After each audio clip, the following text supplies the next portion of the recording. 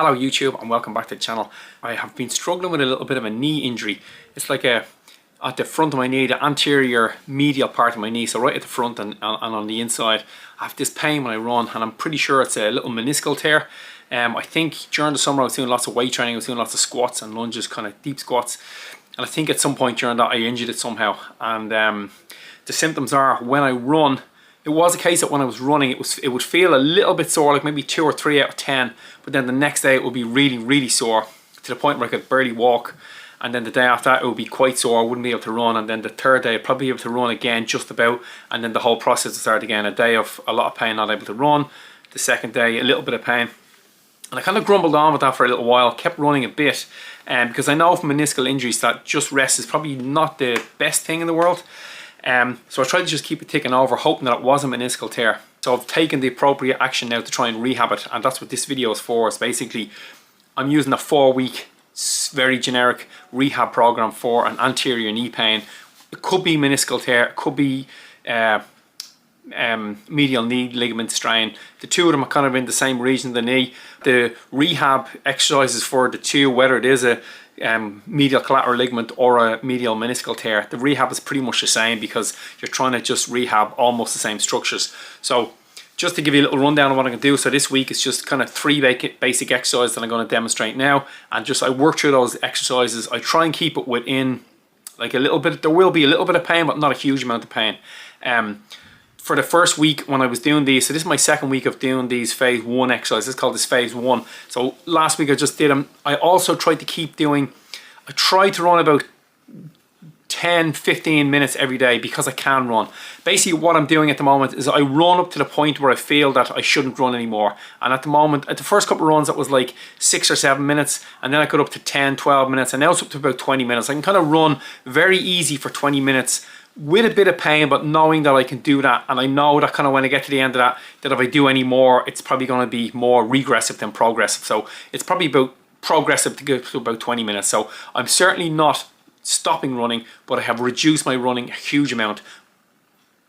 In saying that, it is appropriate to keep the running going because my clinic in Dublin, where I work, is called Function First, and I tell all my patients that what you need to do when you're trying to do any sort of rehab or trying to keep yourself ticking over for any sport is find out what function you have and maximize that. So at the moment my function is about 15 to 20 minutes of running. That's probably an appropriate amount of function before I start to do any sort of regressive stuff. So really put your function first. Whatever you can do, do that, and then build from there. So doing those 15-20 minutes is really important because it keeps my fitness up a little bit, but it certainly gives me the confidence to kind of keep working with that knee, because a lot of times with pain, we're trying to look for a resolve of the pain, and that is not the best way to go about rehab.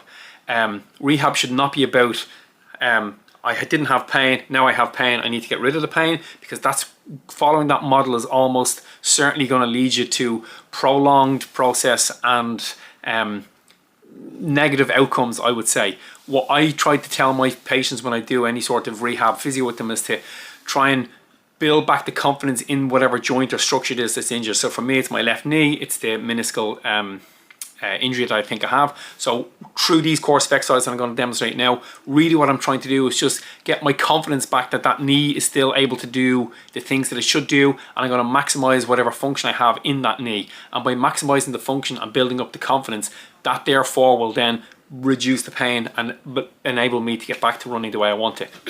So first exercise I do is just what we call an isometric split squat or isometric lunge hold. So one foot out in front of the other. So I'm starting with the good knees out in front. So that's my right knee is out in front.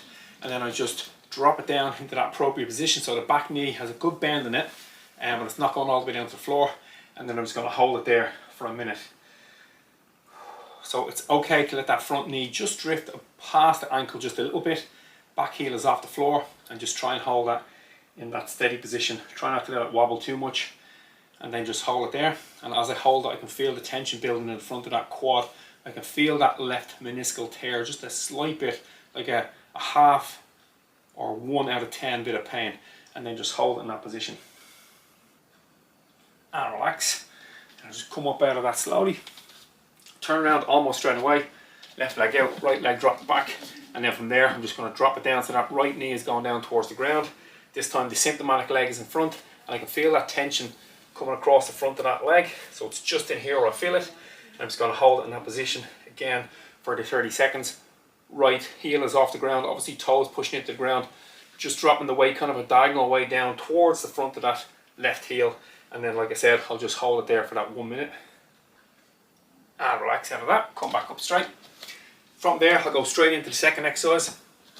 This time I plant my back in against the wall.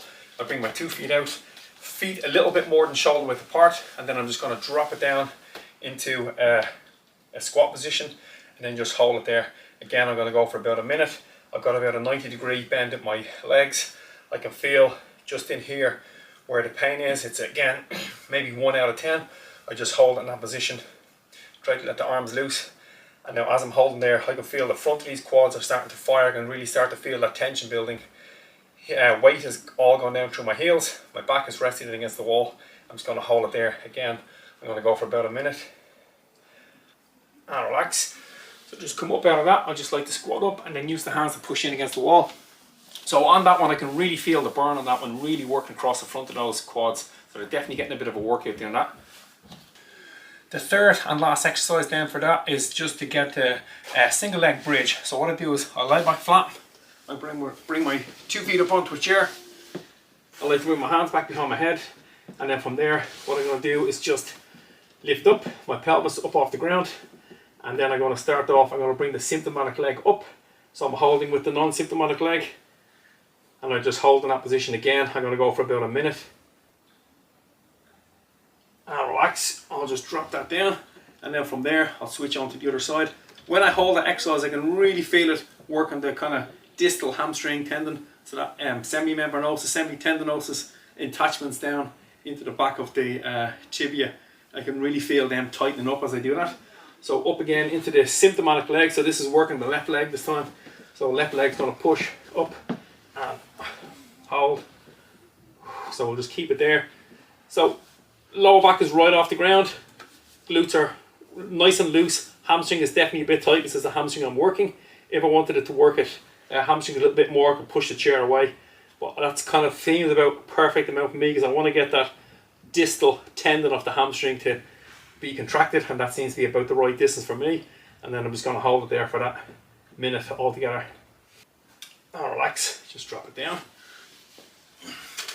So that's it with those 3 basic exercises. Like I said, I did those 5 days last week. The whole routine, I would do them twice. So I'll go around and do that second set. I'll do it now once the camera's off. I've been doing that 5 days a week last week. I'm doing it again this week. I'm pretty confident that this injury has moved past the first phase of rehab. So from next week, I'll go into phase 2 and I'll go through what those 3 exercises I would use for phase 2. And then after I'll do week 3, week 4, which will be obviously phase 3 and phase 4. But for now, those 3 simple exercises are what I'm doing each day to try and rehab this medial meniscal tear on my left knee. Okay, so that's a wrap on that video. Very straightforward, very simple exercises. I just work through those. Like I said, I do 2 reps in them all. So I do for about a minute. I go through each exercise for a minute, have a little rest for like 30 seconds, and I go through each one again. Very simple, very straightforward, but very, very effective. And the main aim with this week is just to get a little bit of strength work into the muscles surrounding that injured area, and more importantly to kind of develop or get confidence back in the ability for that knee to carry out the functions that it needs to do. So that's probably the primary objective. Hope this helps anybody in any knee pain. Remember guys, run far, run fast, most ball, run sensible.